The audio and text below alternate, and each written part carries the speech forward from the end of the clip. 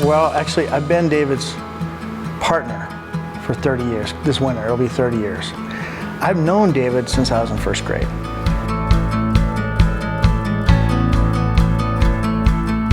He was a couple years older than me. He is a couple years older than me. He was a classmate of my sister's, and we all went to Our Lady of Fatima.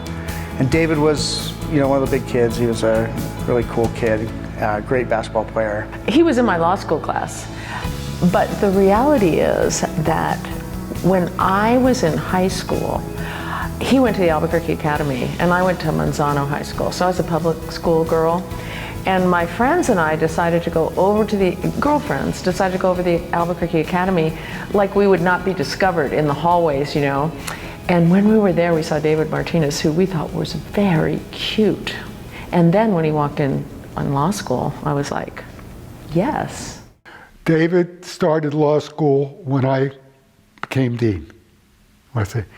And so while we knew each other, because all the students, I really became closely acquainted with David in his third year because he was SBA president. And as everyone knows, SBA presidents work very closely with the deans of the law school. And that's really when I became friends of David. I was a few years behind him at the same high school, and then a few years behind him at this law school. And then Roger Eaton, who taught us both in high school, brought us together and we created a firm together. He's very prepared, very passionate, very client-centered, and somewhat relentless. David would call me many, many times a year to buy a table for the law school or for many other things that involved money. And so in order to get me to talk for him today, he called me and I didn't pick up. And he called me again and I didn't pick up. And finally he texted me and he said, "I'm not asking you for money." And I said, okay. I called him back. But yes, he's relentless. Stood out then, stands out now. David is a very focused person, very organized person, and what an advocate for the students with it. Right? He would come in, he knew what he wanted, right? And he would present it, and we worked well. I mean, he served the students well, and I think he served the law school very well. I think what I love about David, and what anybody that knows him well loves about David, is he is the most loyal and trustworthy person that you can have on your team. And that sounds kind of, okay, that sounds right, great, but he truly is. But more than that, he is an inspiration. He is the voice in the back of your head when you're trying to make a tough decision. And he's also the arm around you when you're down and things are not going well. I think David really likes to build things. And I think what he wanted to do with the law school is build any kind of endowment that he could to make it a stronger place.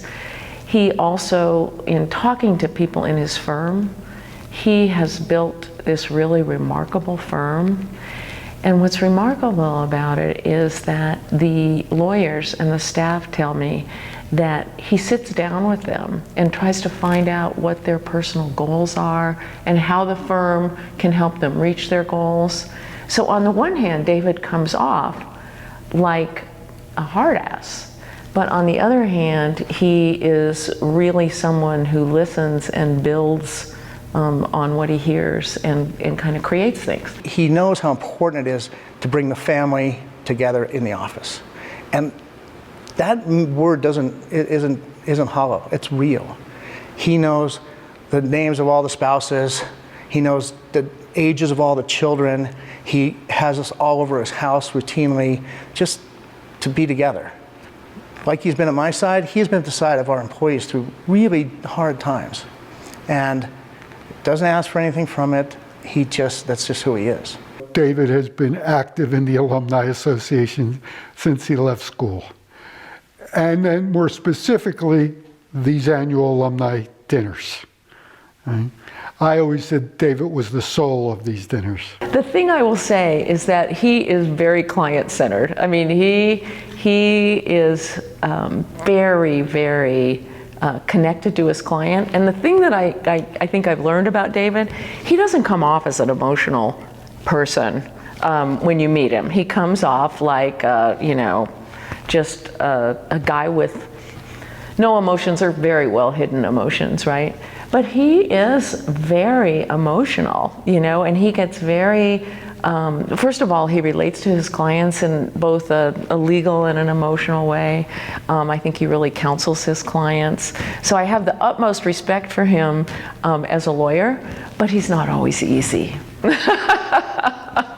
Ask around this place. Anytime anybody needs anything at the law school, whether it's to throw a dinner for a dean candidate or a reception for new students or anything, David is first in line. He's the first name on people's minds often too. Like, well, we'll get Dave Martinez, he'll do it. And he always has. I mean, he always has. This dinner, I'm not sure if it was his idea, but I think it was. I mean, and think of all the people that have benefited from just this event. Yeah, I think you can't really separate David from the law school or the law school from David.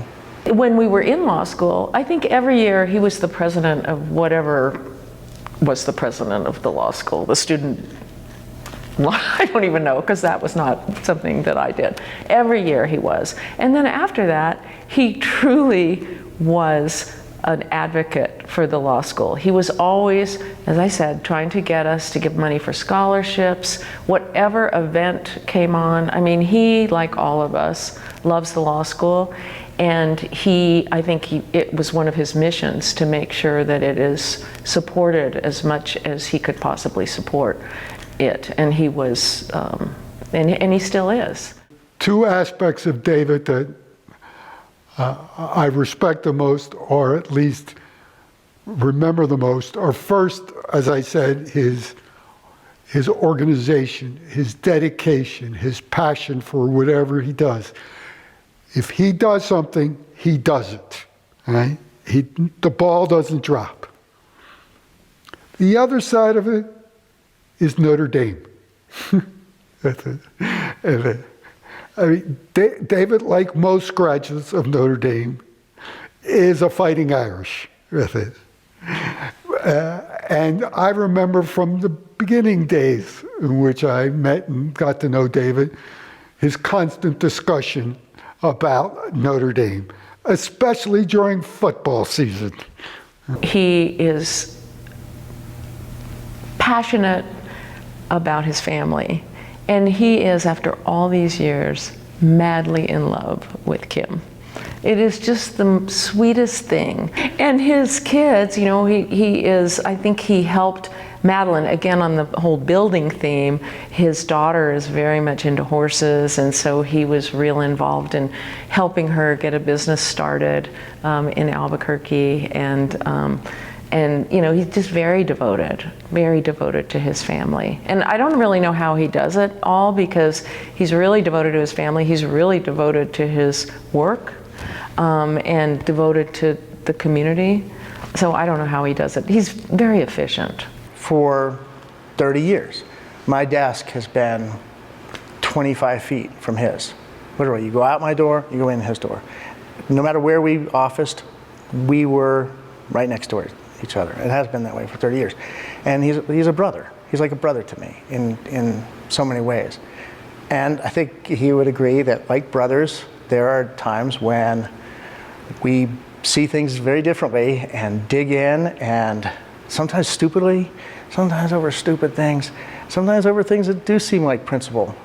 And your brother is who you run to when there's trouble. And that's Dave. David, thank you so much for letting me speak for you. It was a real honor, and this award is so well deserved for you.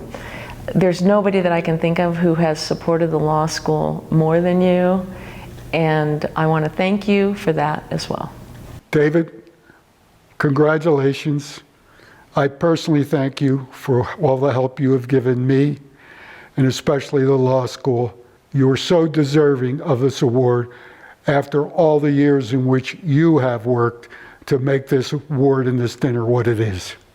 David deserves to be honored tonight by the law school for lots and lots of reasons, but perhaps the simplest is he is all the best that this law school can do. He is all those things. I mean, he is a extraordinarily gifted lawyer. He works very, very hard for his clients. He is, he has a loyalty to the principles of justice and fairness and equality that is unshakable. It's unshakable. I've never heard David either take a case or not take a case because of money.